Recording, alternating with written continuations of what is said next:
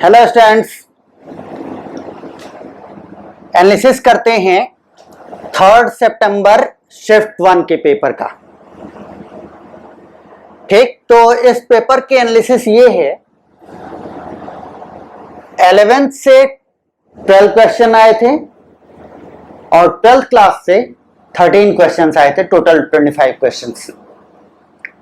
यानी आप देख सकते हैं कि 11th और 12th में बराबर बराबर का वेटेज दिया गया है। लगभग जितने 11th से आए हैं उतने ही 12th से आए हैं।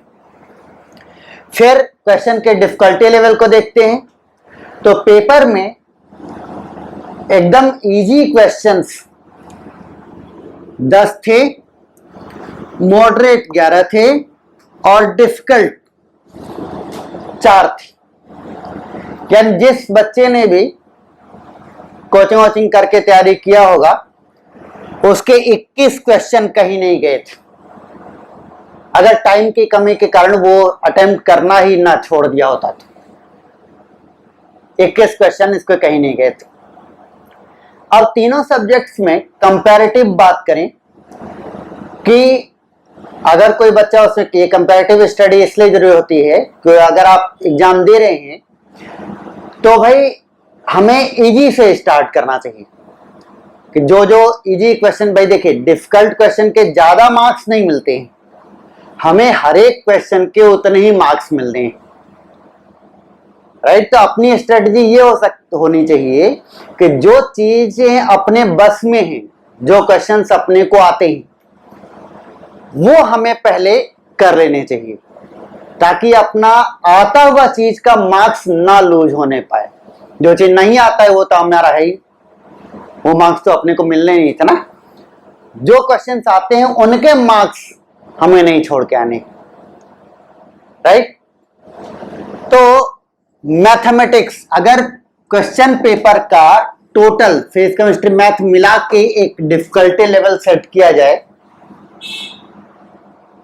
तो मैथमेटिक्स उस टोटल एवरेज डिफिकल्टी लेवल से कहीं ज्यादा था और फिजिक्स और केमिस्ट्री एवरेज टोटल पेपर की एवरेज डिफिकल्टी लेवल से काफी कम थे और दोनों बराबर थे। यानी फिजिक्स को लेंथी, मैथमेटिक्स को लेंथी बोल सकते हैं, डिफिकल्ट बोल सकते हैं, राइट। भाई पूरा पेपर डिफिकल्ट था या इजी था इससे कोई मतलब नहीं, क्योंकि डिफिकल्ट होगा तो सबके लिए होगा और इजी होगा तो सबके लिए होगा। हमें बस relative, subject wise relative difficulty को देखना है। तो mathematics was much more difficult than physics और केमिस्ट्री, राइट। तो आपको इस पेपर में पहले फिजिक्स या केमिस्ट्री पर हाथ लगाना चाहिए था। अगर आप पहले मैथ में हाथ लगा देंगे तो होगा क्या कि ज्यादा समय उसमें बीत जाएगा और इजी क्वेश्चन जो कि फिजिक्स केमिस्ट्री में है उनके लिए अधिक समय नहीं मिल पाएगा, राइट। अब आते हैं चैप्टर वाइज क्वेश्चंस के डिस्ट्रीब्यूशन पर। तो चैप्टर वाइज में सबसे पहले हम 11th क्लास के पोर्शंस को स्टार्ट करते हैं। मैंने यहां पर जैसे हम पढ़ते हैं 11th क्लास में, फिर 12th क्लास में आते हैं, उसमें जो सीक्वेंस रहता है एनसीईआरटी बुक्स वगैरह में, तो उस सीक्वेंस में मैंने लिखा है। तो सबसे पहले हम पढ़ते हैं मैकेनिक्स। मैकेनिक्स में टोटल 9 क्वेश्चन आए थे और एनएलएम फ्रिक्शन को छोड़ करके लगभग हर पोर्शन को कवर किया गया। In fact rotational rigid body dynamics से 3 क्वेश्चंस आए थे और बाकी सबसे एक एक क्वेश्चन। तो जैसे गिना देता हूं, error experiment and unit dimension से एक क्वेश्चन आया था। काइनेमेटिक्स में 1 डायमेंशन से एक क्वेश्चन आया था। वर्क पावर एनर्जी से एक क्वेश्चन आया था। रिजिड बॉडी डायनेमिक्स से 3 क्वेश्चन आए थे। Fluid and properties of matter एक क्वेश्चन। ग्रेविटेशन एक क्वेश्चन। सरफेस टेंशन एक क्वेश्चन। राइट। तो इस प्रकार से मैकेनिक्स से टोटल 9 क्वेश्चन आए थे।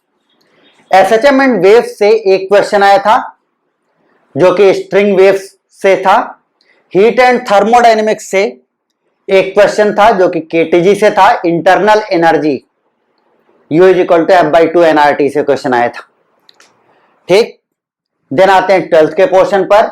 इलेक्ट्रोस्टैटिक्स से एक इलेक्ट्रो करंट कैपेसिटर, तीनों से एक एक क्वेश्चन आए थे। Total 3 question electro current capacitor से एक एक क्वेश्चन। मैग्नेटिज्म पर आते हैं तो मैग्नेटिज्म से 2 क्वेश्चन थे, EMI से एक क्वेश्चन और AC से एक क्वेश्चन। तो 4 क्वेश्चन थे आपके मैग्नेटिज्म से। मैग्नेटिज्म, EMI, AC से 4 क्वेश्चन, जिनमें मैग्नेटिज्म से 2 क्वेश्चन थे। ठीक, फिर आपके आते हैं ऑप्टिक्स पर। तो ऑप्टिक्स को आप जानते हैं 2 भागों में डिवाइड किया जाता है, वे ऑप्टिक्स एंड रे ऑप्टिक्स। तो इन दोनों से ही एक एक क्वेश्चन आया था और मॉडर्न फिजिक्स से टोटल 5 क्वेश्चन आए थे, जिनमें से टॉपिक मैं बोल देता हूं। न्यूक्लियर फिजिक्स से एक क्वेश्चन, सेमीकंडक्टर से एक क्वेश्चन, इलेक्ट्रोमैग्नेटिक वेव से एक क्वेश्चन और मॉडर्न फिजिक्स इस प्रिसाइजली फोटो इलेक्ट्रिक इफेक्ट से एक क्वेश्चन आया था। राइट, ये आज के पेपर के, इस पेपर के 2 सितंबर शिफ्ट 1 के पेपर की एनालिसिस थी।